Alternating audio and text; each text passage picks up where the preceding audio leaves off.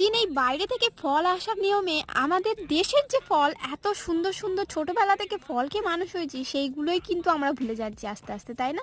এত কম দামে স্বল্প দামে এত সুন্দর সুন্দর কলা পাওয়া যায়, আর সেটা দিয়ে আমরা ভাবি যে কি করব না করব, খেতে খেতে বিরক্ত।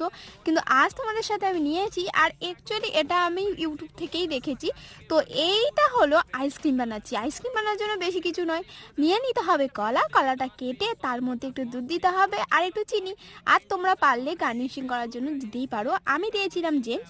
তো তোমাদের সাউটারটা বলে রাখি, মুন্নি 0784 বলেছে, দিদি আপনার ভয়েসটা খুব সুন্দর, থ্যাংক ইউ, আপনার ভিডিওগুলো খুব ভালো লাগে, লাভ ফ্রম আসাম। বাপরে বাপ, আমাকে এত ভালো লাগার জন্য, আর তুমি আসাম থেকে বল, খুব ভালো লাগলো।